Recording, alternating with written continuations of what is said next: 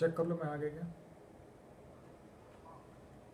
और मुझे इसके लिंक भी दे देना। ओके। और कुछ भी होगा मुझे मैसेज भेज देना व्हाट्सएप पे।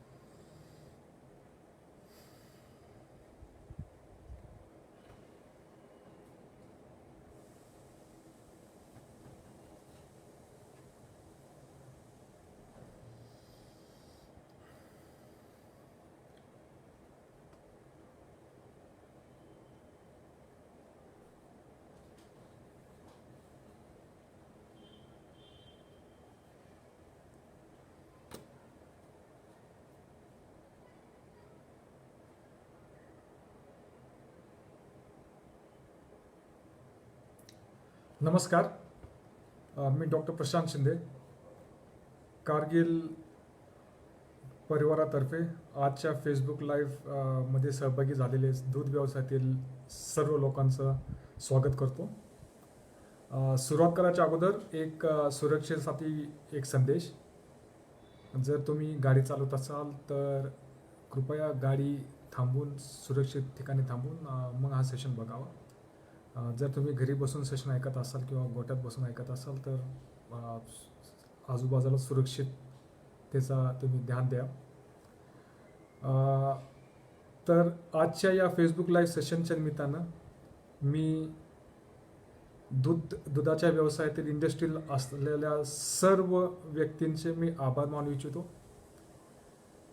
दुधाच्या इंडस्ट्रीमधले आपले दूध उत्पादक असतील, डेअरी फार्मवर काम करणारे व्यक्ती असतील, आमचे वैद्यकीय बांधव असतील, संकलन करणारे केंद्रावर काम करणारे लोक असतील, दूध प्रोसेस करणारे कंपनी असतील आणि दूध वितरक करणारे व्यक्ती असतील, ह्या सर्वांचा मी मनापासून आभार मानू इच्छितो. ह्याच्या पाठीमागचं कारण असं की मागच्या 90च्या पेक्षा जास्त दिवस जे कोविडच्या संकटातून आपण सगळे चाललो आहोत, या दरम्यान सुद्धा आपण सगळ्यांनी दुधाचा पुरवठा घरोघरी कायम ठेवल्याबद्दल मी तुमचे आभार मानतो. ही खूप मोठी कामगिरी आहे आणि आशा करतो की इथून पुढेही प्रत्येक घराघरी दूध पुरवठा कायम ठेवण्यामध्ये आपले सगळे शेतकरी हे भाग घेतील. तर माझ्याबद्दल सांगायचं झालं, मी डॉक्टर प्रशांत शिंदे, मी एक पशुवैद्यक आहे आणि माझं उच्च शिक्षणमध्ये एक मास्टर्स आणि PhD केलेली आहे पशुपोषण आहार या विषयामध्ये. आणि गेले 10 वर्ष कारगिल ॲनिमल न्यूट्रिशन या कंपनीचा पशुखाद्याचा उद्योग मी बघत आहे. विशेष म्हणजे हे सगळे 10 वर्ष मी पंजाबमध्ये उत्तर भारतात काम केलेलं आहे, तिथल्या प्रगतशील डेअरी शेतकऱ्यांसोबत. जर कारगिलबद्दल बोलायचं झालं तर कारगिल ही US ची एक ॲग्रिकल्चर सेक्टरमध्ये असलेली एक सर्वात मोठी मल्टीनॅशनल कंपनी आहे, जी 70पेक्षा अधिक देशात उद्योग करते आणि कंपनीला 150पेक्षा जास्त वर्ष झालेले आहेत.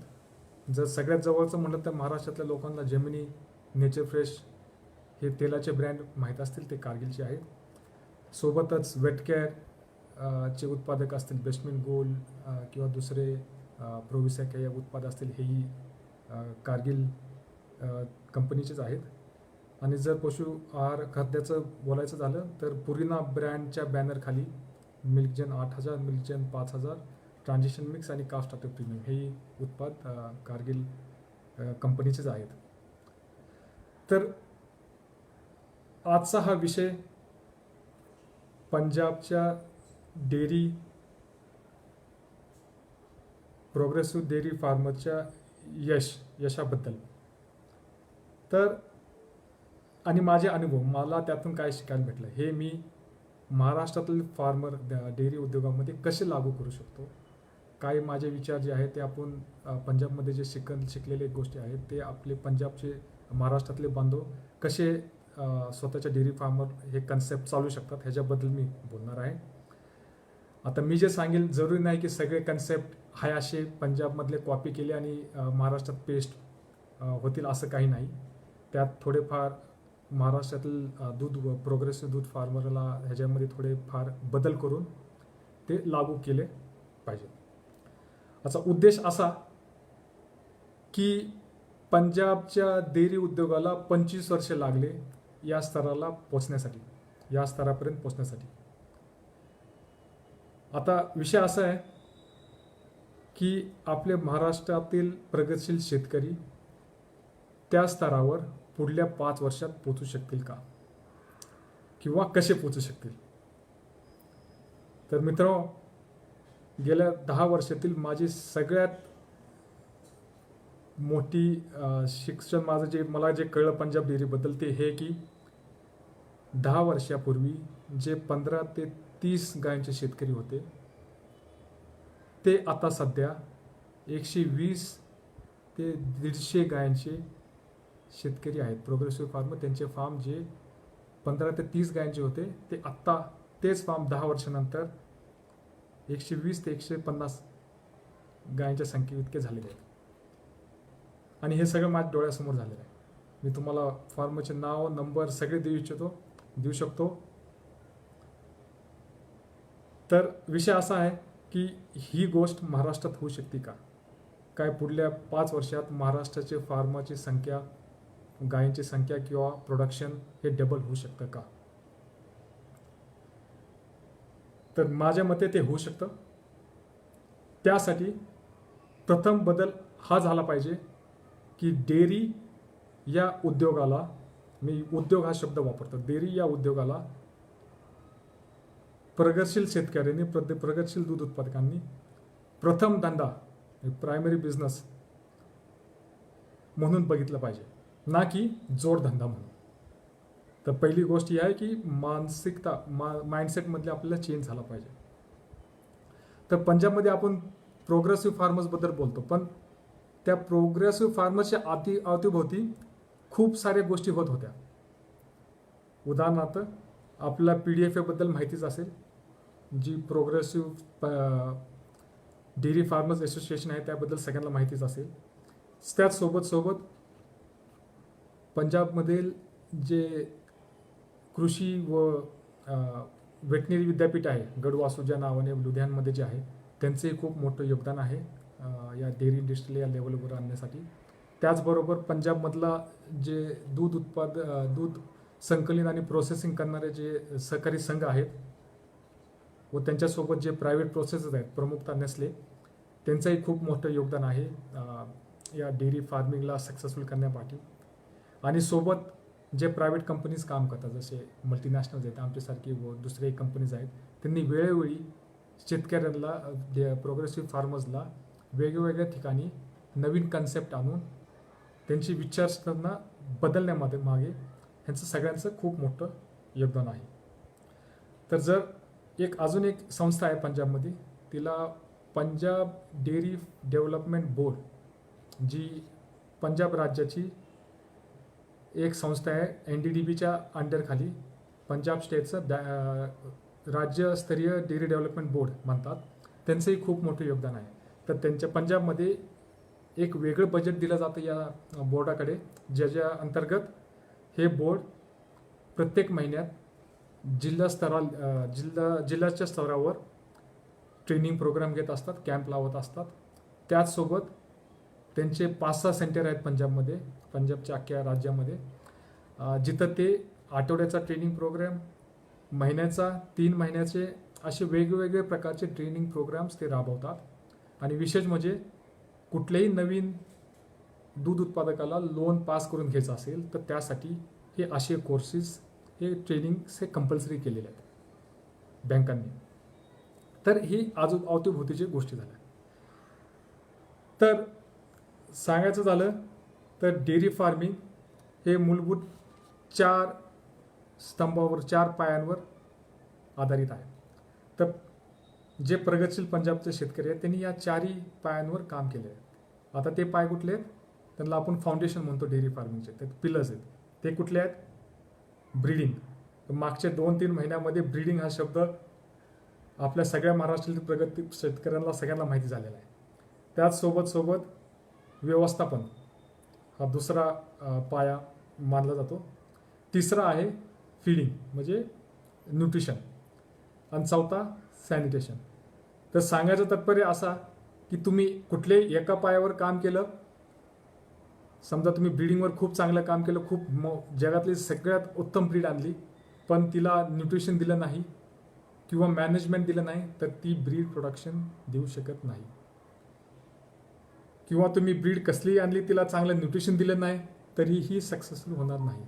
तर आपल्याला 4ही जे फाउंडेशन आहे, 4ही जे डेअरी उद्योगाचे जे पाय आहेत, सगळ्यांवर एकाच वेळेस काम करणं गरजेचं आहे. तर तेच पंजाबच्या प्रगतशील शेतकऱ्यांनी केले.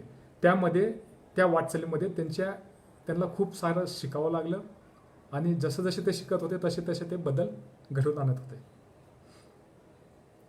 तर मी तर त्या प्रत्येक एक एक पाया आपण व्यवस्थित बघू. त्याच्यामध्ये जाण्या अगोदर मी एक साम्यता जे मी आत्ता महाराष्ट्रात बघतोय मागच्या 1-1.25 वर्षामध्ये ते मी इथं दाखवू इच्छितो. तर PDF जेव्हा फॉर्म झालती, जेव्हा PDF ही संस्था बनलेली, ज्यांना आता प्रधान माहिती आहेत किंवा रणजित सिंग माहिती आहेत आणि त्यांच्यासोबतचे शेतकरी माहिती आहेत, विचार करा 25 वर्षापूर्वी ते कसे असतील. आत्ता त्यांच्यात जितकी ऊर्जा आहे, जितकं डेअरी फार्मिंगबद्दल काही करण्याची जी इच्छा आहे, तर निश्चितच ती 25 वर्षापूर्वी ते अधिक ते आग जी डेअरी फार्मिंगमध्ये बदल घडून आणण्याची जी आग आहे ती जास्त होती. तर तीच आग, तेच बदल घडण्याचे किंवा घडवून आणण्याचे विचार हे मी आता आपल्या नवीन पिढीतल्या नवीन रक्तामध्ये बघतोय. आणि ही काळाची गरज आहे. आणि हीच पहिली गोष्ट असणार आहे जी डेअरी फार्मिंगमध्ये, महाराष्ट्रातील प्रगतशील डेअरी फार्मिंगमध्ये बदल घडवून आणणार आहे. तर प्रथमतः ही मानसिकतेची गोष्ट आहे. तर तिथल्या पंजाबच्या फार्मर्सनी आधी मानसिकता बदलली. त्यांनी काय केले, जे नवीन विचार येत आहेत, नवीन तंत्रज्ञान येत आहेत, त्यासाठी त्यांचं मन उघडे केलं की आम्ही उपयोग करून दाखवतो, आम्ही ते वापरू. ठीक आहे. तर उदाहरण द्यायचं झालं तर 2007-8-9 मध्ये पंजाबमधले जे प्रगतशील शेतकरी होते त्यांच्या अख्ख्या फार्मवर एक फीड चालायचं. एक फीड म्हणजे तेच फीड दुधारू जनावरांसाठी, तेच हिफरसाठी, तेच काफसाठी.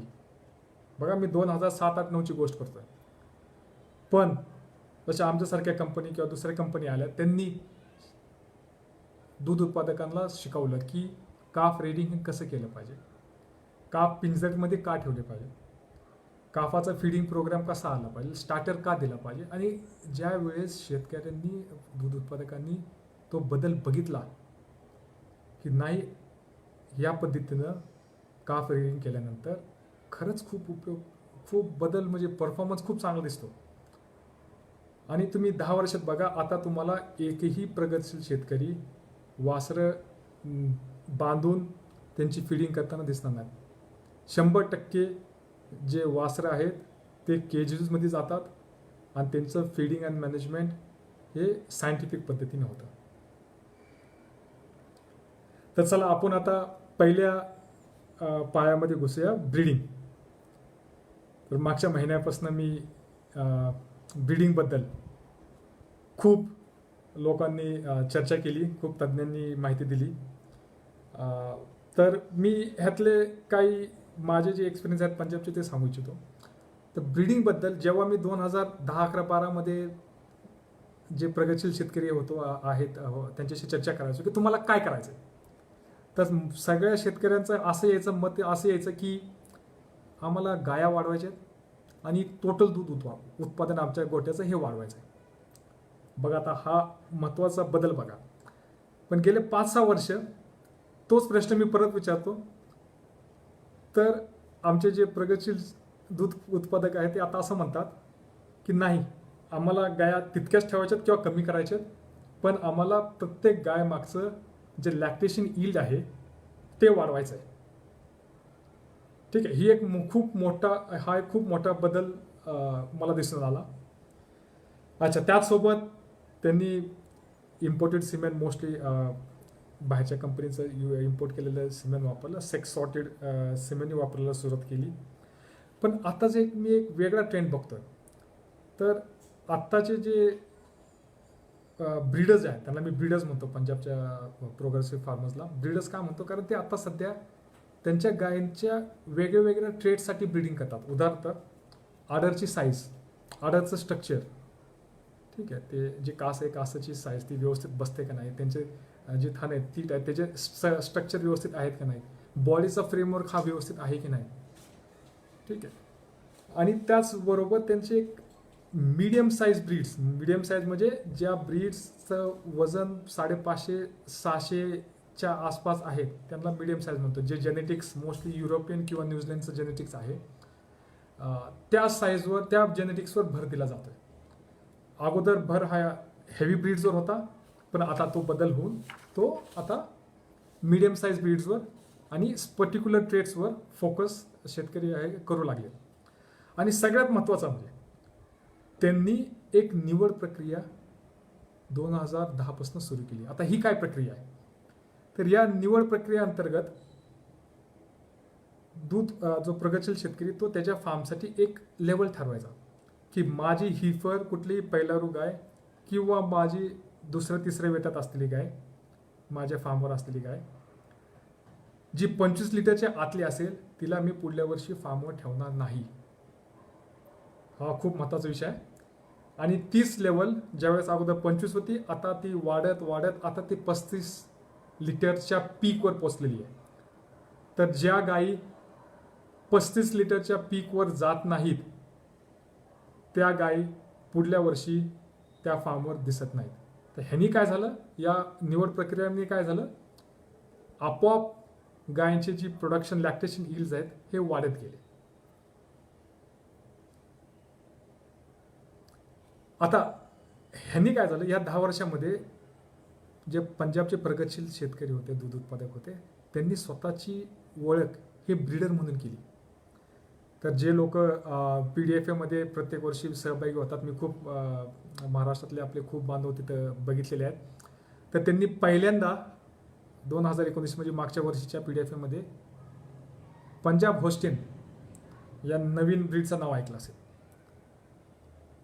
ठीक आहे. तर ह्या ब्रीडला बनवण्यामागं जवळजवळ 10 वर्षाचा काळ झाला.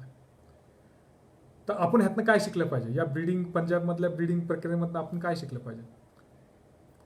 तर महाराष्ट्रासाठी योग्य ती ब्रीड मी म्हणेल मीडियम फ्रेमवर्क किंवा बॉडी फ्रेमवर्कमध्ये असली पाहिजे, जी हीट रेजिस्टंट आहे, म्हणजे जिला उष्ण वातावरणात सुद्धा चांगलं दूध देऊ शकते.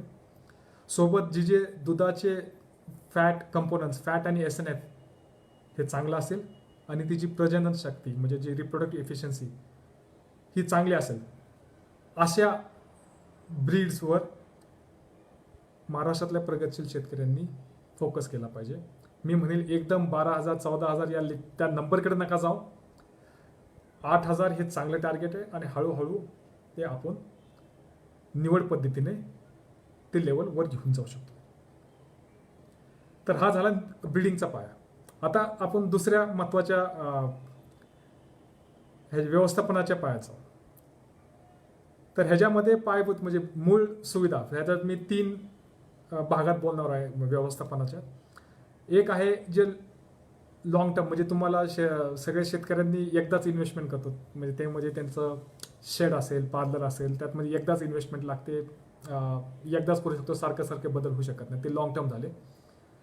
दुसरं आहे मीडियम टर्म. मीडियम टर्म म्हणजे ज्यांनी शेतकऱ्यांनी वर्षभराचा मुरघासाचा साठा आणि सुक्या चाराचा साठा बनवून ठेवला.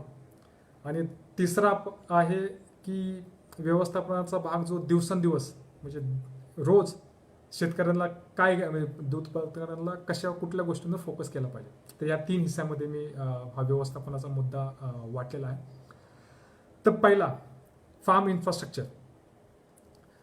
तर पंजाबचे जे शेडचे डिझाईन आहेत ते युनिक आहेत. युनिक म्हणजे हेड टू हेड, म्हणजे डोके समोर आहेत आणि त्याच्यामध्ये एक फीडिंग एरिया आहे. ठीक आहे. जर तुम्ही जे प्रगतशील शेतकऱ्यांचे फार्म बघितले तर ते या पद्धतीने त्यांची रचना झालेली आहे. तर उदाहरण घ्यायचं म्हणलं तर जो 120 ते 100 ते 120 गायांचा जो फार्म असेल तर त्याची लांबी साधारण 180 फूट आणि रुंदी 120 फूट आणि जी शेडची हाईट आहे, सेंटरची हाईट आहे, ती साधारण 28 ते 30 फूट ही अशी या ढाच्यात ते बांधले जातात. आता ही मधली हाईट इतकी उंच का, तर त्याच्यावर मी खास करून त्याच्यावर बोलणार आहे. आणि सोबतच जे फार्मची जी पातळी आहे, जे फरशी आहे, ते जमिनीपासून 4 ते 5 फूट ते वर घेतली जाते.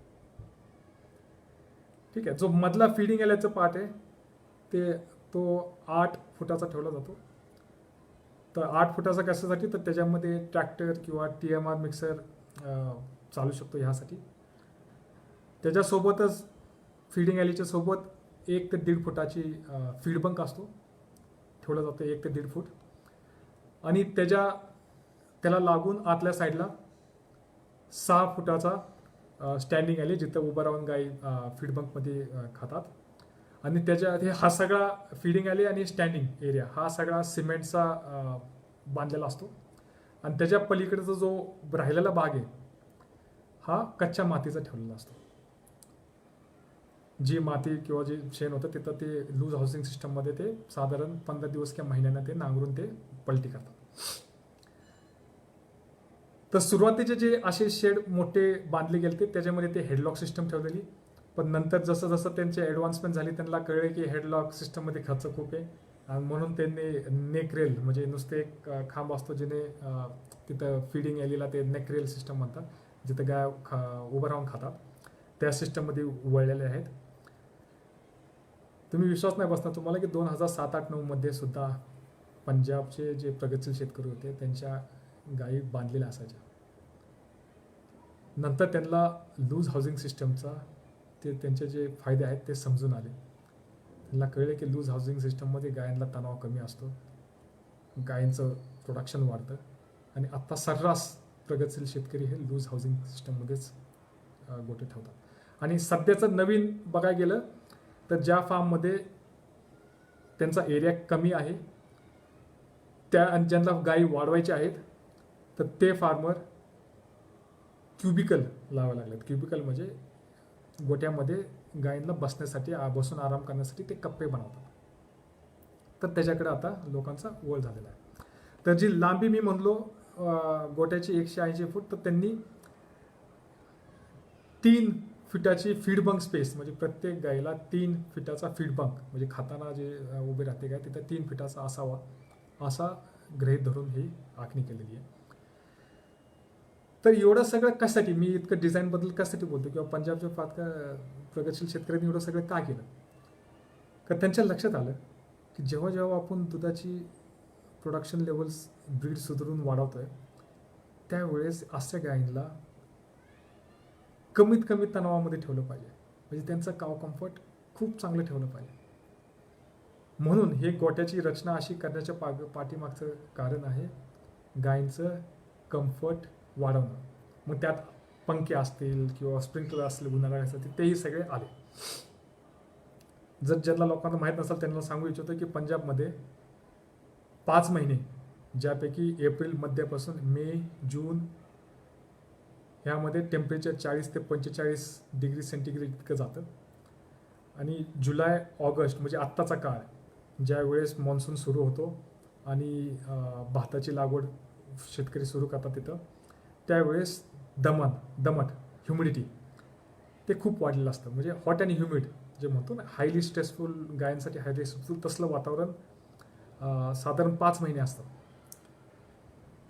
तर हे सगळे जे शेड डिझाईन्स आहेत हे या वातावरणामध्ये गायींना कमी तणाव व्हावा म्हणून ह्यांनी हे सगळे केलेले आहे. आता ह्याच्यात एक महत्त्वाचा विषय इन्फ्रास्ट्रक्चरमधला नाही पण एक ग्रुपिंगमधला तो मी सांगू इच्छितो. कारण ग्रुपिंग म्हणजे अशा मोठ्या फार्मवर गायींचं दुधातल्या गायींचं ग्रुपिंग कसं करावं, त्यांचे गट कसे पाडावेत हा एक मोठा चर्चेचा विषय असतो. तर अगोदर 2010, 11, 12पर्यंत बघायचो की सगळे शेतकरी हे एकाच ग्रुपमध्ये वन ग्रुप फिडिंग असे करायचे. म्हणजे सगळ्या दुधातल्या गायांना एकाच गट मानून त्यांना एकच फिडिंग करायचे. हळूहळू कळलं त्यांना की नाही बाबा ह्या पद्धतीमध्ये जी 30-40 लिटरची गाय आहे आणि जी 15-20 लिटरची गाय आहे त्या दोघांना एकच खाऊ घालून चालणार नाही. आणि त्यामध्ये असे दिसतं तुम्हाला तुमचाही अनुभव असेल की ज्या गायी कमी दूध देतात ते सगळ्यात जास्त खातात आणि जे जास्त दूध देतात ते सगळ्यात कमी खातात. आणि कमी दूध देणाऱ्या गायी नेहमी मोठ्या असतात, म्हणजे जाड्या आणि ठणठणीत असतात. तर शेतकऱ्यांनी शिकून ग्रुपिंग म्हणजे गट पाडण्याची वन ग्रुपपासून ते हाय, मीडियम आणि लो असे 3 ग्रुपमध्ये गेलते. आणि आता लेटेस्ट ट्रेंड असा आहे की फ्रेश ग्रुप म्हणजे जे नुकत्याच वेलेली गाय आहेत तर त्यांचा एक वेगळा ग्रुप बनवला जातो साधारण 3 आठवडे ते 1 महिना. तर त्याच्या पाठीमागं कारण असं की ह्या गटाकडे या ग्रुपकडे अतिशय बारकाईने लक्ष दिलं पाहिजे. तर मी या गटाला कसं मॅनेज करायचं, या म्हणजे फ्रेश काउजला कसं मॅनेज करायचं, सोबत ट्रान्झिशन काउजला कसं मॅनेज करायचं, हे मी ह्याचा पुढला सेशन मी ह्याच्यावरच घेणार आहे. त्याचसोबत आत्ताचे काही शेतकरी जे ड्राय काव आणि ट्रान्झिशन काव आहे त्यांच्यासाठी एक वेगळा ग्रुप बनवायला सुरू केली. आणि जे जास्त प्रगतशील, जे जास्त पुढचा विचार करणारे शेतकरी आहेत, त्यांनी जे पहिल्यांदा दुधात आलेत, फर्स्ट लॅक्टेशन हिफर आणि सेकंड लॅक्टेशन हिफर, त्यांच्यासाठी एक वेगळा गट बनवण्याची प्रक्रिया सुरू केली आहे. ह्याच्या पाठीमागे कारण असं की या गटाची अजून वाढ होणं गरजेचं आहे. त्यांचं जे मॅच्युअर बॉडी वेट जे आपण म्हणतो ते तिसऱ्या वेतात जे पोचतं गायचं, तर त्या पहिल्या वेतातले आणि दुसऱ्या वेतातले त्यांच्या बॉडीचा त्यांचा वजन वाढवण्यासाठी त्यांना जास्त त्यांच्या पोषणवर ध्यान दिलं पाहिजे. तर त्यासाठी हा नवीन ग्रुपची योजना. तर व्यवस्थापनातील इन्फ्रास्ट्रक्चर झाल्यानंतर हा दुसरा महत्त्वाचा भाग म्हणजे फॉरेस्ट मॅनेजमेंट. आता जे प्रगतशील शेतकरी आहेत पंजाबचे, ते साधारण मुरघास, सर्रास मुरघास बनवतात. आता हे मुरघास बनवताना ते 12 ते 14, काय शेतकरी जे प्रगतशील आहे ते 14 महिन्याचा मुरघास बनवतात. अच्छा, तर जर 10 वर्षापूर्वी बघितलं, मला आठवतंय 2008, 9, 10 मध्ये ज्यावेळेस मुरघास बनवायला सुरुवात झाली पंजाबमध्ये, त्यावेळेस ते मुरघास पीठमध्ये मी खड्ड्यात बनवायला सुरुवात केली त्यांनी. आणि त्यांचा अनुभव असा आला की खड्ड्यात मुरघास बनवल्यामुळं पाणी जाणे, स्पॉलेज होणं म्हणजे खराब होणे आणि बुरशी लागणे ह्याचं प्रमाण खूप जास्त असायचं आणि त्यात शेतकऱ्यांचं नुकसान खूप झालं. आता हा एक महत्त्वाचा बदल आहे. तिथले जे प्रगतशील शेतकरी आहेत ते खड्ड्यातल्या मुरघासापासून ते वळले ते सिमेंटच्या बंकर पद्धतीच्या मुरघासामध्ये. बघा, हा बदल खूप महत्त्वाचा आहे. आता ह्याचं मी कंपॅरिझन आपल्या इथं केलं तर मी बघतो ते आपले महाराष्ट्रातले शेतकरी आता बॅग सायलेजमध्ये आहेत. ठीक आहे. आता पंजाबमध्ये प्रगतशील शेतकऱ्यांना मुरघास टाकायसाठी दोन विंडो मिळतात, म्हणजे दोनदा ते टाकू शकतात वर्षातनं. एक म्हणजे जूनमध्ये टाकतात, जे आता मागच्या महिन्यात भरपूर शेतकऱ्यांनी मुरघास बनवून बंद करून ठेवलेले आहेत. आणि दुसरी विंडो जी भेटते छोटीशी ती ऑक्टोबरमध्ये भेटते. म्हणजे एक आता मला वाटतं जुलैच्या मध्ये किंवा अखेरपर्यंत आता मक्याची लागवड होईल, पावसाळी मका म्हणतात त्याला, आणि त्याची काढणी साधारण ऑक्टोबर महिन्यात होईल.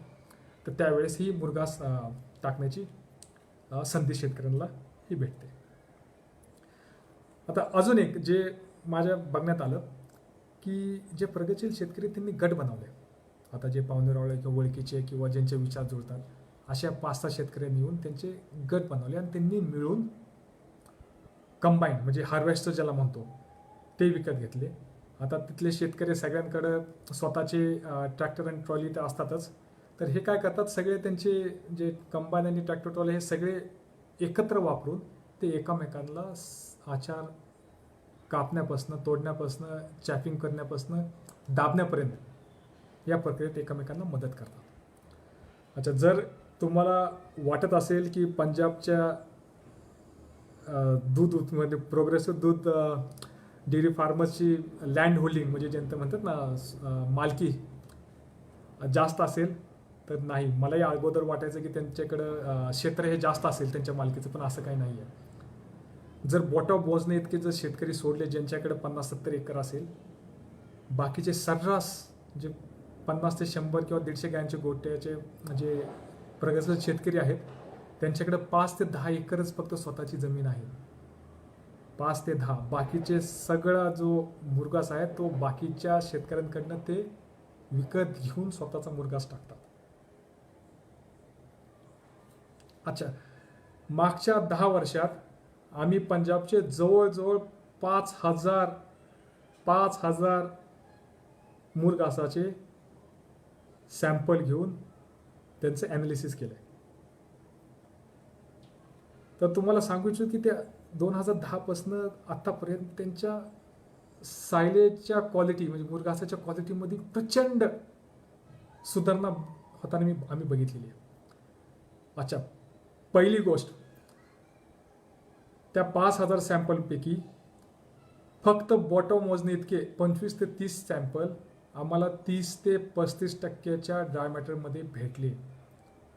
बाकीचे सगळे जास्तीत जास्त सॅम्पल हे 24 ते 27-28% ड्राय मॅटरचे सापडले.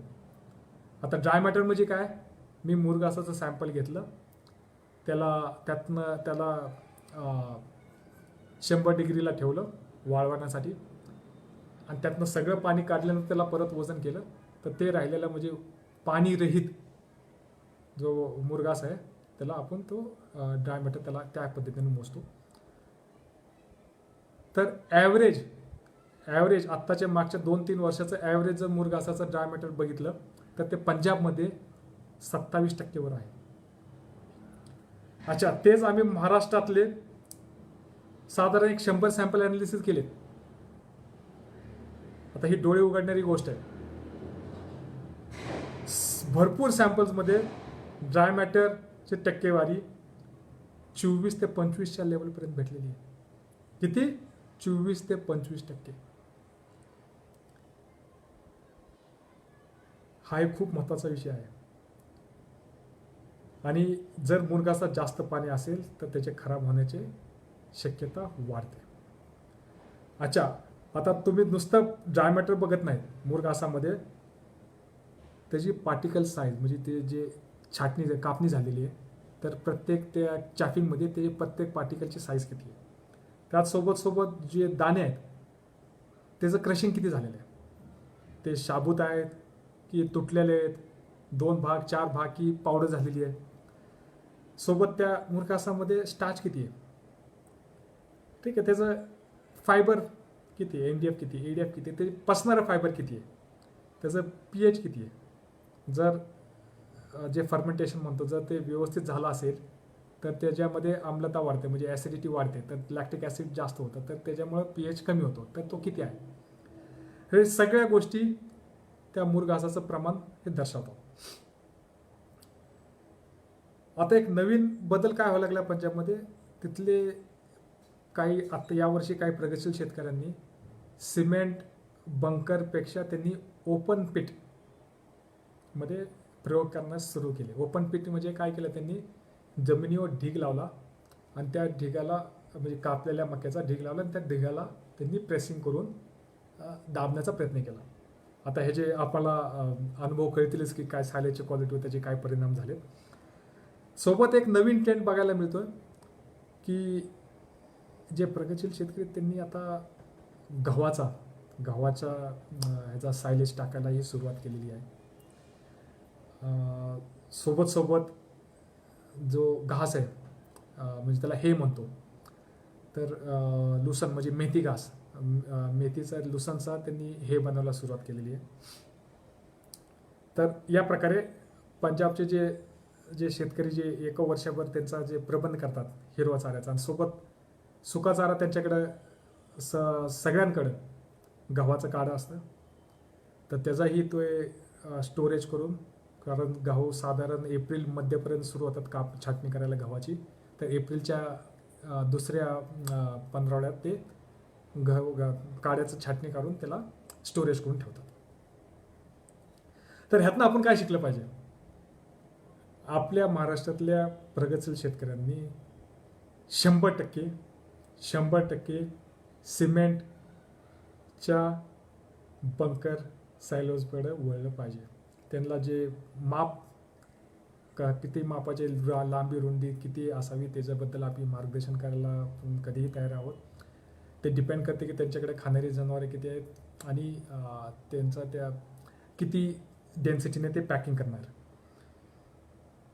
तर आमचा अनुभव असा आहे, मी स्वतः म्हणजे खूप ठिकाणी जिथं मी रस्त्याने चाललो तिथं मला जर कोणाच्या घरासमोर सायलेजची बॅग दिसते, मुरघासाची भरलेली बॅग दिसते, ते मी कुतवाल्यांना थांबून त्यात हात नेमका हमखास घालत असतो. तर अनुभव असा येतो की 70-80% वेळा हात आतमध्ये घातल्यानंतर ते गरम झालेला असतो मुरघास, त्याचा वास असा विचित्र येत असतो आणि बहुतांश वेळा त्याच्यामध्ये फंगस लागलेला असतो. ठीक आहे, शेतकरी काहीतरी करतात, नवीन काहीतरी करतात, पण जर तुम्हाला जर शेतकरी प्रगतशील शेतकऱ्यांना अजूनही जर मुरघास बॅगेतच टाकायचा असेल तर त्यांनी काही खास गोष्टींकडे ध्यान दिलं पाहिजे. ते मध्ये पहिली गोष्ट आहे पार्टिकल साईज. जे नॉर्मली म्हणतात की 1 इंचपर्यंत असलं पाहिजे, पण जसं जसं तुम्ही पॅकिंग छोट्या साईजची करत जाता तसं तसं जे चॉप लेंथ म्हणतो, म्हणजे एक कण जे म्हणतो ते 1 सेंटीमीटरच्या आसपास केलं पाहिजे. तर त्याच्या पाठीमागं होणार काय, त्याच्यामुळं पॅकिंग जे हवा काढण्याचं जे ऑब्जेक्टिव्ह असतं मुरघास बनवताना, ते पार्टिकल साईज कमी असल्यामुळं दाबताना व्यवस्थित दाबता येतं आणि हवा सगळी बाहेर काढता येते. तर ह्याच्याकडे, या गोष्टीकडे लक्ष द्या. आता तिसरी महत्त्वाची गोष्ट व्यवस्थापनामधली म्हणजे दैनंदिन वेळेचं नियोजन. म्हणजे जे प्रगतशील शेतकरी पंजाबमधले, त्यांचा वेळ हे कुठे देतात. तर मी जितक्या प्रगतशील शेतकऱ्यांना बघितले, ते स्वतः किंवा त्यांच्या घरातला एक माणूस हा कायम 6 ते 8 तास फार्मवर असतात. 6 ते 8 तास. तर त्याच्यामध्ये काय करतात, तर त्यांचा फोकस, त्या उत्पादकांचा फोकस हा गायी बघण्यामागे असतो. गायी बघणं म्हणजे नक्की काय करणं, तर त्यांचे जे वागणूक आहे गायीची ते बघत असतात. फीडिंग, जसं त्यांनी फीड बंकवर फीडिंग केली तर सगळ्या गायी येतातच असं काही नाही, तर जे नाही येत ते काय येत नाहीत. ठीक आहे, तर त्यांचं रुमन फील किती आहे, किती वेळ ते फीड बंकवर खातात, किती वेळानंतर ते रवण सुरू करतात. अच्छा, हीटवर किती गायी येतात.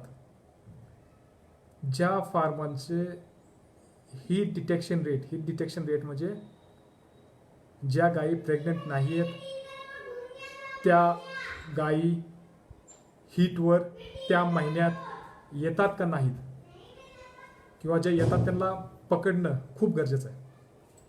तर त्या पकडण्याच्या समजा 10 गायी आहेत आणि त्यातल्या 10 हीटवर आल्या पाहिजेत, पण शेतकरी फक्त 7लाच पकडतो, म्हणजे त्यांना ओळखतो की या माझ्यावर आलेले आहेत, तर त्याचा हीट डिटेक्शन रेट झाला 70%. तर बेस्ट फार्मचा हीट डिटेक्शन रेट हा 70% आहे. सोबतच शेणाची कन्सिस्टन्सी काय आहे. जर सगळ्या गायी एकच खाद्य खात आहेत, एकच फीड बंकवर TMR खात आहेत, तर त्यांची शेणाची कन्सिस्टन्सी, जो शेणाचा जो थर आहे किंवा एकसारखं आलं पाहिजे. तर ते येते की नाही येत, का येत नाही. सोबतच त्या शेणामध्ये अपचन झालेले पार्टिकल येतात का, तर किती येतात. तर गायींचा लोकोमोशन कसे, म्हणजे चाल कशी आहे. सोबतच आम्ही एक नवीन शेतकऱ्यांना, दूध उत्पादकांना एक सवय लावली होती की महिन्यातनं कमीत कमी 1 ते 2 मिल्किंग, इंडिव्हिज्युअल काऊ मिल्किंग हे आम्ही शेतकऱ्यांना घ्यायला सांगितलं. त्याच वेळेस त्यांना त्या गायींचं, सगळ्या गायींचं CMT म्हणजे जे कॅलिफोर्निया मास्टायटिस टेस्ट आहे, ज्यांनी आपल्याला मास्टायटिसच्या होण्या अगोदर सब क्लिनिकल फॉर्ममध्ये ते पकडलं जातं, ती टेस्ट करायला जे पंजाबच्या फार्मरला शिकवलं गेलं आणि ते करतात. तर या व्यवस्थापनाबद्दल सांगायचं झालं तर गायींना कन्सिस्टन्सी म्हणजे सुसंगतता, म्हणजे रोज तीच गोष्ट त्याच माणसाने, तेच फॉरेज, तेच खाद्य त्याच टायमिंगला पाहिजे अशी अपेक्षा असते गायची. आता आपण वळूया तिसरा पाया, जो आहे फीडिंग. तर फीडिंगबद्दल बोलायचं झालं तर आपल्या इथल्या शेतकऱ्यांप्रमाणे पंजाबमधले प्रगतशील शेतकरी 2008, 9, 10 मध्ये घटक म्हणजे भरडलेला मका, सरकी, भुसा, सोबत कुठली DOC, कुठली केक असेल तर त्याचं मिश्रण खाऊ घालायचे. पण त्यांना हे आढळून आलं किंवा बाकीच्या बाहेरच्या भरपूर तज्ज्ञांनी सांगितलं की हे तुम्ही किती प्रयत्न करा, तुम्ही 5, 10, 15 लिटरच्या गायांपर्यंत हे ठीक आहे, पण जसं त्यांची उत्पादन क्षमता वाढत जाते तसं या घटकांपासनं संतुलन किंवा बॅलन्स करणं हे कठीण जातं.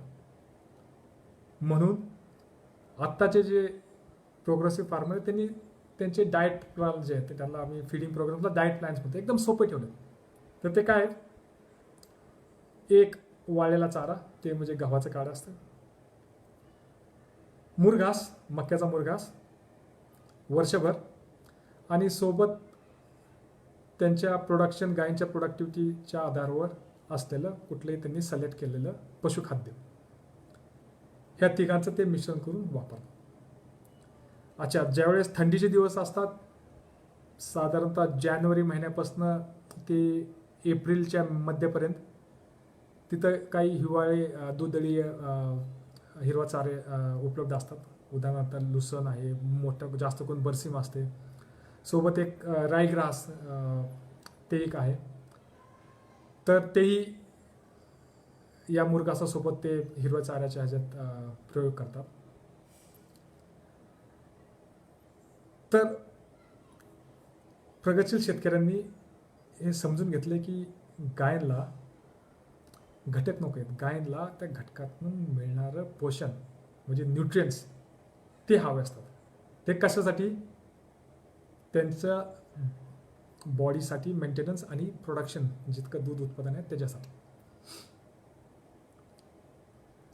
तर काही प्रगतशील दूध उत्पादक जे आहेत ते स्वतःचे फॉर्म्युले बनवून कुठल्या तरी लोकल जे पशुखाद्यवाले प्लांट आहेत त्यांच्याकडनं बनवूनही घेतात. पण त्यांनाही समजून येतं आहे की आपण कुठं ना कुठं तरी प्रोडक्शन जे लेवल्स आहेत ते ज्या ब्रीडच्या लेवल्स आहेत तिथपर्यंत जात नाही. त्यामुळे संतुलन करणं हे मी म्हणेल की शेतकऱ्यांनी जसं जसं त्यांची उत्पादकता वाढेल तसं तसं त्यांनी तज्ज्ञांचा सल्ला घेऊनच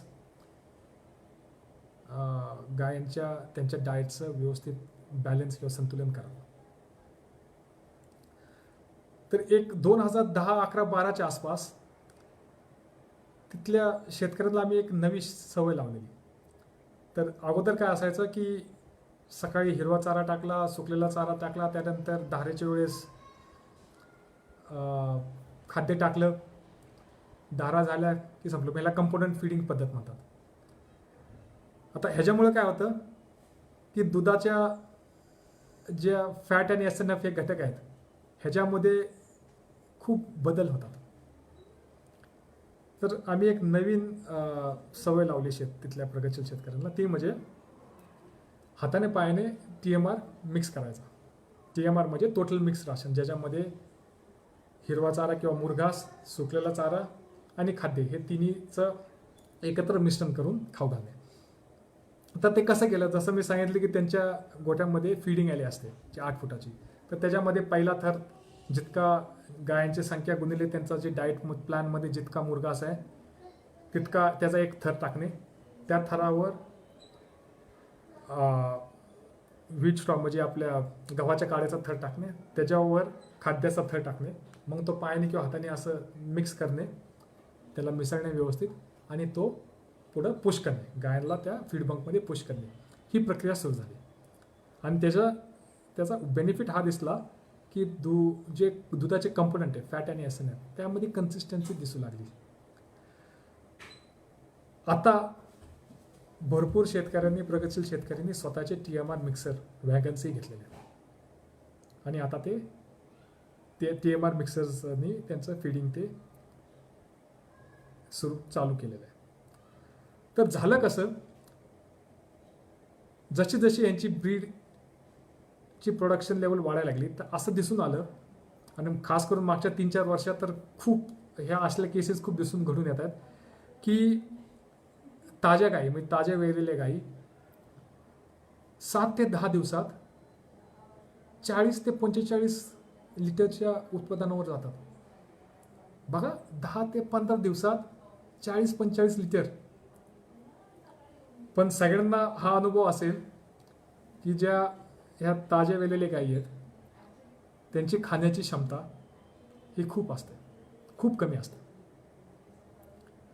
आता विचार करा, आता आपण म्हणतो की मी हा विषय घेणार की ड्राय मॅटर इंटेक कसा मोजायचा किंवा कसा काढला पाहिजे, आज आपण हे शिकूनच जायचं आहे.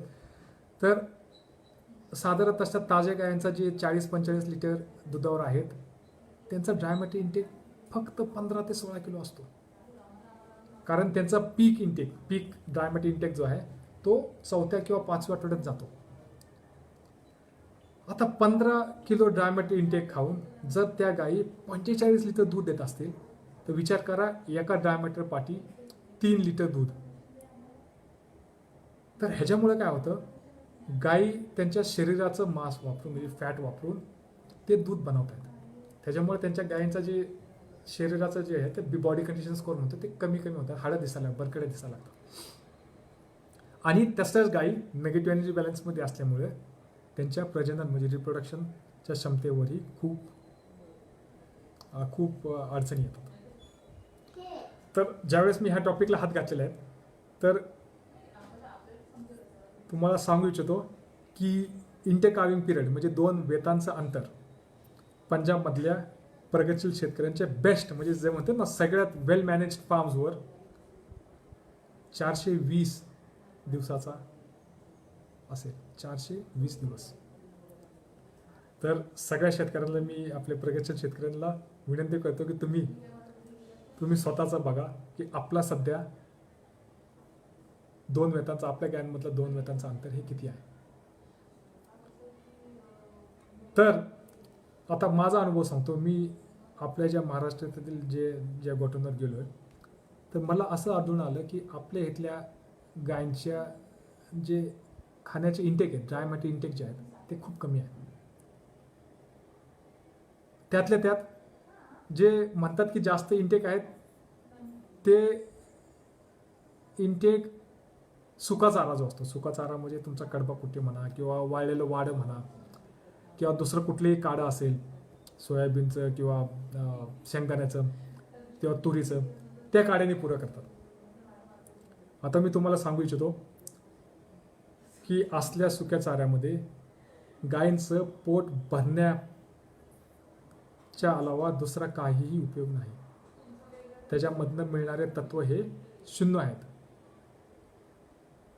अच्छा, त्याचा एक बेनिफिट मात्र अवश्य आहे की जी गायींचं रवंत आहे तर जर त्यांचा पार्टिकल साईज जर चांगला असेल तर ते रवंत करण्यास मदत करतात. आणि जे रुमन आहे गायींचं त्या रुमनमध्ये जे एनॉर्बिक म्हणतात ते कंडिशन्स तयार करणं त्यासाठी ते एक लेअर हलका असल्यामुळे ते वरच्या थर बनवून ते एनॉर्बिक कंडिशन्स निर्माण करतात. ह्याच्या व्यतिरिक्त सुका चाऱ्यामधनं किंवा ह्याच्यामधनं काहीही भेटत नाही. तर मी आज तुम्हाला एक गोष्ट शिकवण्याचा प्रयत्न करतो. तर पंजाबमधले प्रगतशील शेतकरी आणि आम्ही इंडस्ट्रीतले भरपूर असलेले लोक ड्राय इंटेक गायींचा ड्राय इंटेक हे कसं काढतो ह्याबद्दल मी तुम्हाला आज सांगू इच्छितो. तर हा नीट ऐका आणि लिहून घ्या. तर त्याचा एक फॉर्म्युला आहे. गायींच्या वजनाचं 2%, ठीक आहे, बॉडी वेटचा 2% आणि दूध उत्पादनाचा 30% म्हणजे मिल्क प्रोडक्शनचा 30%. ह्या दोघांचा बेरीज करून गायीला दिवसाला लागलेलं ड्राय इंटेक हा कॅल्क्युलेट केला जातो. आता उदाहरण घेऊया. समजूया आपण की 500 किलोची गाय आहे आणि प्रोडक्शन क्षमता कमी घेऊया, 15 लिटरचं सध्याचं दूध उत्पादन आहे. तर अशा गायीच्या वजनासाठी लागणारा ड्राय इंटेक हा 10 किलो म्हणजे 500 किलोचा 2% म्हणजे 10 किलो आणि 15 लिटरचा 30% म्हणजे 4.5 किलो. तर या दोघांची जर बेरीज केली तर 14.5 किलो होतं. ठीक आहे. तर मित्रांनो, तुम्हाला मी विनंती करतो की जे प्रगतशील शेतकरी आहेत तुम्ही तुमच्या गायींचं मेजर करा की तुमच्या गायींच्या वजनाचं तुम्हाला आता सगळ्यांना माहितीच आहे की वजन कसं काढतात गायींचं. सोबत तुमचं दूध उत्पादन तुम्हाला माहिती नसेल तर मोजा आणि काढा की दूध उत्पादन किती आहे आणि त्याच्या बेसिसवर बघा की तुम्ही आपल्या गायींचं ड्राय इंटेक जितकं जायला पाहिजे तितकं जाते का नाही. हा पहिला भाग आहे. आणि त्याच्या पुढचा भाग म्हणजे त्याला संतुलित कसं करायचं, त्याच्यावर आपण हळूहळू जाऊ. आधी पहिलं पाऊल म्हणजे ड्राय मॅटर इंटेक कसं करायचं.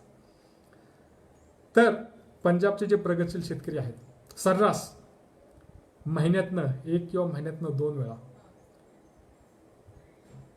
जे काय खाऊ घालतात ते भले मुरघास असेल, त्यांचा गव्हाचा काढा असेल, खाद्य असेल, दिवसातनं एकदा हे किती खाऊ घालतात, किती खायला टाकतात आणि राहिलेलं किती आहे ते गट वाईज किंवा पेन वाईज हे मोजतात आणि त्याच्या बेसिसवर ते तज्ज्ञांशी सल्ला घेऊन त्यात काय कमी जास्त करायचं ते बदल करतात.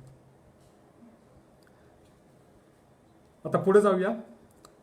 आता शेवटचा खण म्हणजे शेवटचा पाया म्हणजे स्वच्छता. आता स्वच्छता म्हणजे सगळ्या जे काही फार्मवर करतायत, जे काही प्रगतशील शेतकरी फार्मवर जे काही कार्य करतात, जे असेल मिल्किंग असेल, धारा काढण्याचे हे असेल तर कोण धारा काढते ते स्वच्छ आहे की नाही, त्याचे स्वच्छ प्रक्रिया म्हणजे ते काढण्याची प्रोसेस, धारा काढण्याची प्रोसेस, प्री डीप, त्याच्यामुळे मग त्यानंतर मिल्किंग मशीनचे लायनर, मिल्किंग मशीनचं क्लिनिंग, सोबतच पोस्ट डीप. तर ह्या प्रक्रिया प्रगतशील शेतकरी हमखास फॉलो करतात. त्याचसोबत सगळ्यात महत्त्वाची म्हणजे जी गव्हाण आहे, फीड पंप ज्याला म्हणतो, त्याची स्वच्छता. तर शेतकरी दूध उत्पादक बघतात की ती गव्हाण स्वच्छ आहे की नाही.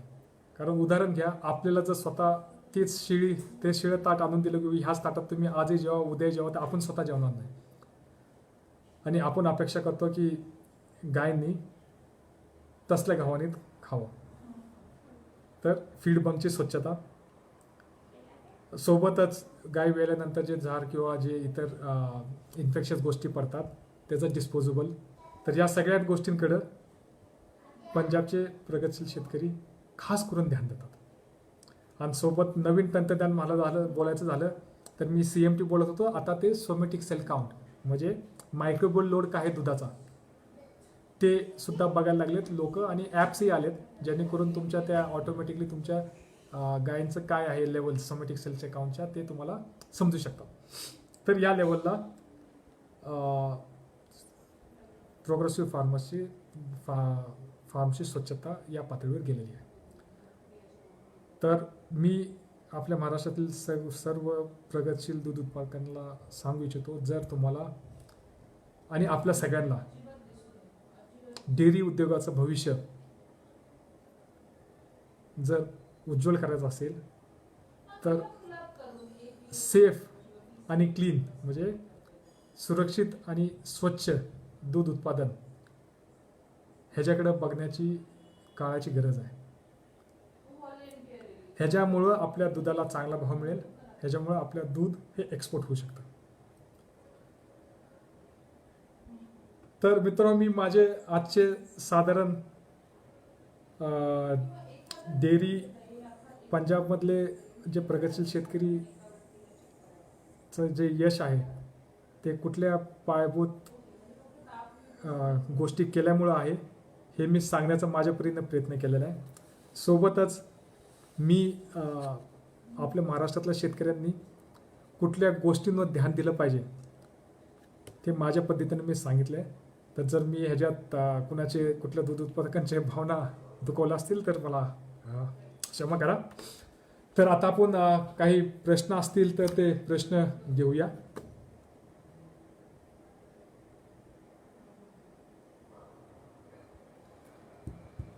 तर मला 2-3 प्रश्न आलेले आहेत. की पहिला प्रश्न आला की सर आम्हाला ट्रान्झिशन पिरियडच्या बद्दल सांगावं. तर मी तुम्हाला सांगू इच्छितो की माझा पुढल्या शुक्रवारचा सेशन हे CAD 90 प्रोग्रामवर आहे. CAD 90 म्हणजे मी 90 दिवसाचा गायचा भाकड म्हणजे ड्राय पिरियड, सोबत क्लोजअप म्हणजे ट्रान्झिशनमध्ये 2 भाग असतात, क्लोजअप आणि फ्रेश. आणि म्हणजे क्लोजअप म्हणजे व्याताच्या जवळ आलेली गाय आणि फ्रेश म्हणजे वेल्यानंतर 3 आठवडे किंवा 1 महिना. तर ह्या काळाला 90 दिवसाचा काळ मी म्हणतो. तर ह्या विषयावर घेणार आहे. तर या विषयामध्ये गायांची काय काळजी घेतली पाहिजे, काय व्यवस्थापन केलं पाहिजे आणि सोबत त्यांचे डाएट प्लॅन्स काय असले पाहिजेत, तर त्याच्याबद्दल मी सांगणार आहे. तर कृपया करून, जर तुम्हाला मी आता डायमेट इंटेक कसं काढायचं ते सांगितलंच आहे, जर तुम्ही ते काढत असाल किंवा काढलेलं असेल तर ते तुम्ही आम्हाला, आमच्या तज्ज्ञांना आमच्या या व्हॉट्सअपच्या ह्याच्या फेसबुकच्या माध्यमावर तुम्ही कळवा, किंवा नसेल तर माझा व्हॉट्सअपचा नंबरही मी शेअर करेल, त्याच्यावर द्या आणि आम्ही प्रयत्न करू, आम्ही तुम्हाला मदत करू की तुम्ही जो राईट किंवा जो डायमेट इंटेक दिला पाहिजे तो व्यवस्थितरित्या बॅलन्स किंवा संतुलित पद्धतीने कसं देऊ शकता, आम्ही ते देण्यात तुमचं मदत करू. दुसरा एक प्रश्न आलेला आहे की सायलेज चेकिंग आणि क्वालिटी चेक करण्याची फॅसिलिटी महाराष्ट्रात आहे का? तर आत्तापर्यंत आम्ही सुरू केलेली नाही आहे, पण जर कुठल्या प्रगतशील शेतकऱ्यांना त्यांच्या मूळ घासाचा ॲनालिसिस करून पाहिजे असेल तर त्याची आम्ही सोय करू शकतो. ते सॅम्पल त्यांना बँगलोर किंवा बठिंडाच्या लॅबला पाठवावं लागेल. आमच्या जे काही तुमच्या एरियामधले जे तज्ज्ञ असतील किंवा कंपनीचे जे प्रतिनिधी असतील त्यांच्या साहाय्याने, आणि तुम्हाला ते सायलेजचे रिपोर्ट ॲनालिसिस करून सर्व्हिसचा भाग म्हणून हा दिला जातो. आम्ही हे ऑलरेडी पंजाबमध्ये करतो आहे आणि त्या ॲनालिसिसचा रिपोर्ट घेऊन आम्ही डाएट चार्ट किंवा डाएट प्लॅन ते शेतकऱ्याला आम्ही ऑलरेडी देत आहोत.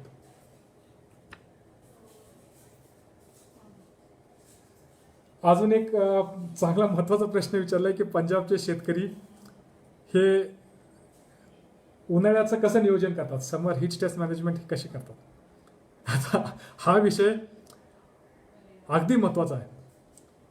तर महत्त्वाचं म्हणजे पंजाबचे जे शेतकरी आहेत त्यांनी फॅन आणि स्प्रिंकलर, आता बघा विशेष स्प्रिंकलर म्हणलो मी, फॉगर नाही म्हणलो, तर स्प्रिंकलर आणि फॅन ह्या दोन्हीचा प्रयोग करण्यास सुरू केलेली आहे. फॅन म्हणजे जो साईडने चालतो किंवा जो वर माझ्या आहे तो तसले फॅन नव्हे. फॅन म्हणजे त्याची एक पर्टिक्युलर स्पीड आहे फॅनची, की इतक्या स्पीडने जे वारा फेकणारे जे फॅन आहेत साईडवाले मोठे, त्यांची गोष्ट करतो. तर तसले मोठे फॅन्स त्यांनी लावलेले आहेत. आणि सोबत आता जे नवीन तंत्रज्ञान, नवीन जे दूध उत्पादक आहेत ते टायमर्स लावतात. म्हणजे 5 मिनटं फॅन चालू, 2 मिनटं स्प्रिंकलर चालू, आणि ते स्प्रिंकलर मोस्टली फीड बंकवर ठेवलेले असतात त्याच्या वरच्या साईडला, जेणेकरून गाय जर खायला आलं तर 2 उद्देश पूर्ण होतात. एक तर गाय भिजण्याच्या ह्याने आशेने खायलाही येतात फीड बँकवर, आणि सोबत त्यांच्या पाठी मेनली आहे की पाठ भिजवली पाहिजे, आणि सोबत वारा लागतो त्याच्यामुळे त्यांचं आतलं त्यांना गायला जे ना थंड वारा त्यांचं म्हणजे थोडं उन्हाळ्यापासून किंवा हीट स्ट्रेसमध्ये थोडी त्यांना थोडं स्ट्रेस कमी होतो, तणाव कमी होतो. तर फॉगर का नाही, कारण मी जे म्हटलो की जुलैपासून ते साधारण सप्टेंबरच्या मध्यापर्यंत तिथं दमट हवामान खूप असतं, म्हणजे उष्ण काय म्हणतात त्याला, ह्युमिडिटी खूप असते. जर तुम्ही फॉगर मारले कुठल्या फार्ममध्ये, तर फॉगर्स कसे ते थेंब आहेत, बारीक बारीक थेंब आहेत पाण्याचे, तर ते काय ते वातावरणात ते ह्युमिडिटी निर्माण करतात आणि त्याचा जास्त त्रास होतो. त्याच्यामुळे ते फॉगर सहसा लावत नाहीत. तर ते मोस्टली स्प्रिंकलर लावतात आणि कूलर लावतात. आणि अजून एक दुसरी गोष्ट म्हणजे ज्या वेळेस गाई मिल्किंगला जातात, तर काही प्रगतशील शेतकऱ्यांनी मिल्किंगला जाताना तिने असे चेंबर बनवलेत, ज्यांनी ते जाताना प्रेशरने गायींना चारी बाजूनं म्हणजे वरनं खालनं सगळ्याच बाजूनं प्रेशरने पाणी मारतात. आणि एक होल्डिंग एरिया म्हणतात, म्हणजे पार्लरमध्ये धारा करण्याच्या अगोदर गायींना अगोदर आणून तिथं थांबवतात. तर होल्डिंग एरियाचा वापर करायला सुरू केली, ज्या होल्डिंग एरियामध्ये तर ज्यांना शेतकऱ्यांना वाटतं की माझ्या गोठ्यात मला जास्त पाणी किंवा म्हणतात ना चिखल करायचं नाही आहे, तर ते होल्डिंग एरियाचा उपयोग करतात. तर होल्डिंग एरियामध्ये ते सगळ्या गायींना आणून त्यांच्यावर एक साधारण 15-20 मिनटं पाण्याचा स्प्रे करतात आणि मग परत त्या गायींना त्यांच्या ग्रुपमध्ये त्यांच्या खानात परत सोडून देतात. अशा रीते ते त्यांचे हीट स्ट्रेस मॅनेजमेंट करतात. सोबतच ते खाण्याचं नियोजन म्हणजे जे फीडिंग प्रोग्राम जे आहेत त्यातही बदल करतात. तर त्यात बदल म्हणजे जे TMR मिक्सर आहे ते TMR सकाळच्या लवकर खायला सुरू करतात. जे नॉर्मली जे थंडीत ते 7-8 वाजता टाकत असतील तर उन्हाळ्यात ते 4-5 वाजता म्हणजे पहाटे ऊन यायच्या अगोदर गाई फीडिंग करून रवंथ करायला सुरू केली पाहिजे. असं कधी नको व्हायला की गाय खातात 9-10 वाजेपर्यंत आणि 2 ते 3 तासांतर रवण करतात आणि आतल्या त्या रवण केल्याने गायींचे आतलं टेम्परेचर म्हणजे आतली उष्णता ज्याला आपण हीट ऑफ फर्मेंटेशन म्हणतो तेही वाढते आणि वर दुपारचं ऊन ते दोन्ही सोबत कधी आलं नाही पाहिजे. तर या गोष्टीकडे ते लक्ष देतात आणि सकाळी आणि संध्याकाळी ते फीडिंग जास्त करण्याचा प्रयत्न करतात. तर आपल्याला जर पाहिजे असेल तर आपण हीट स्ट्रेस मॅनेजमेंटवर अजून एक टॉपिक अवश्य घेऊ शकतो, कारण हा एक खूप महत्त्वाचा विषय आहे. आणि एक गोष्ट आम्ही प्रगतशील शेतकऱ्यांना सांगितली आहे की जर तुम्ही हीट स्ट्रेस मॅनेजमेंट करताय तर काय असतं की सगळेजण जे दूध देणारे गाय आहेत त्यांच्याकडे जास्त लक्ष देतात. तर आम्ही किंवा आमच्या बाहेरचे जे तज्ज्ञ आहेत ते सगळे प्रगतशील शेतकऱ्यांना हे सांगतायत की सगळ्यात जास्त ताण जो आहे तो प्रेग्नेंट गायींवर असतो. जे वेळेच्या जवळ आलेत, ज्यांना 2 महिने राहिलेत किंवा जे ड्राय काव आहेत त्या गायींना जास्त ताण असतो. आणि जर तसल्या गायींची तुम्ही हीट स्ट्रेसची जास्त काळजी नाही घेतली तर निश्चितच होणारं वासरू हे त्याचं वजन कमी असतं आणि ते वासरू ज्यावेळेस गाय बनेल तेही पीक प्रोडक्शनवर कधी पोहोचणार नाही. सोबतच ज्या उन्हाळ्यात वेलेल्या गायी आहेत त्यांचंही प्रोडक्शन पीकवर जात नाही. तर या गोष्टींवर पण उत्पादकांनी दूध उत्पादकांनी लक्ष द्यायला पाहिजे. तर अजून एक प्रश्न आहे की ideal wait for AI of हिफर्स म्हणजे कृत्रिमरितन करताना पहिल्यांदा हिफर्सचं आयडियल वेट काय असलं पाहिजे. तर जर सायंटिफिक दृष्ट्या बघायला गेलं तर जे गायीचं मॅच्युअर बॉडी वेट आहे, आता मॅच्युअर बॉडी वेट म्हणजे गायीच्या 3ऱ्या वेतात जे वजन आहे त्या वजनाच्या 55% ज्यावेळेस वजन होईल त्यावेळेस AI हिफर्सला केलं पाहिजे. आता मी पंजाब होस्टेनची गोष्ट करतो. तर कुठल्याही होस्टेन ब्रीडचं जे प्युअर लँड किंवा प्युअर ब्लड होस्टेन म्हणतात त्यांचं मॅच्युअर बॉडी वेट हे 680 किलो आहे. किती? 680 किलो. तर जर त्याचं 55% घेतलं तर साधारण 350 किलोच्या आसपास त्यांचं AI केलं पाहिजे. तर आता ह्याचा फायदा काय, तर ज्या वेळेस आपण चांगल्या वजनावर AI करतो तर मी निश्चित सांगू इच्छितो की 500-550 किलो वेल्यानंतरचं वजन, पहिल्या वेतात वजन, त्या गायचं दूध आणि 450 किलो पहिल्या वेतानंतरच्या वजनाच्या गायच्या दुधात कमीत कमी एका वेतात 500 ते 1000 लिटरचं अंतर असू शकतं किंवा येणार. त्याच्यामुळं तुम्ही किती महिन्यानंतर AI करायचं ते न बघता किती वजनावर, किती गायचं, किती त्या हिफरचं किती वजन झाल्यानंतर AI केलं पाहिजे ह्याच्यावर भर द्या.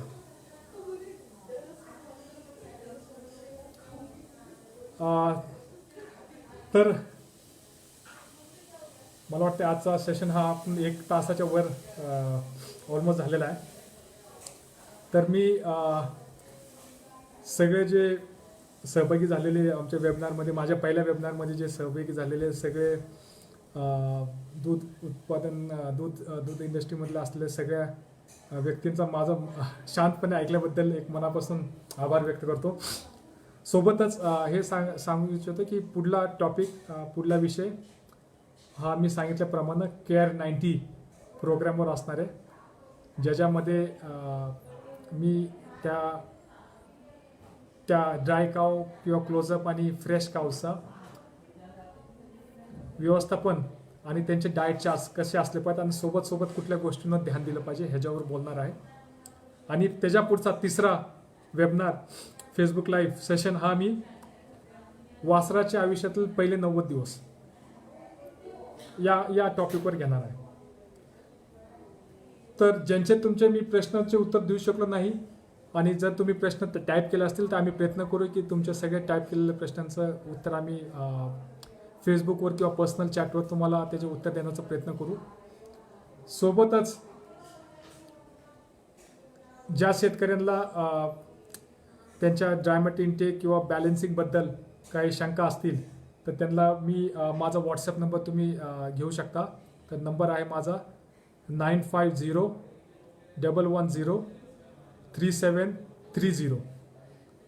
परत पुन्हा एकदा मी नंबर सांगतो 9501103730.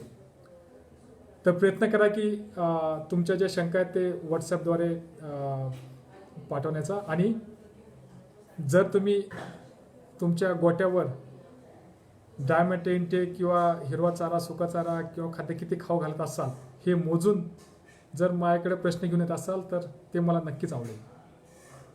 आणि सांगण्या अगोदर सगळ्यांनी विनंती करतो की आज मी सांगितल्याप्रमाणे एक जी आहे ड्रायमेट इनटेक कसं काढायचा आणि मी प्रत्येक शेतकऱ्याने आपल्या घरी जाऊन आपल्या गोट्यावर जाऊन ते मोजून दाखवणं किंवा मोजणं. हे मोजल्यानंतर मला अतिशय आनंद होईल की माझा आजच्या सेशनचा काहीतरी फायदा झाला. तर एवढं बोलून मी आजचं सेशन समाप्त करतो. धन्यवाद.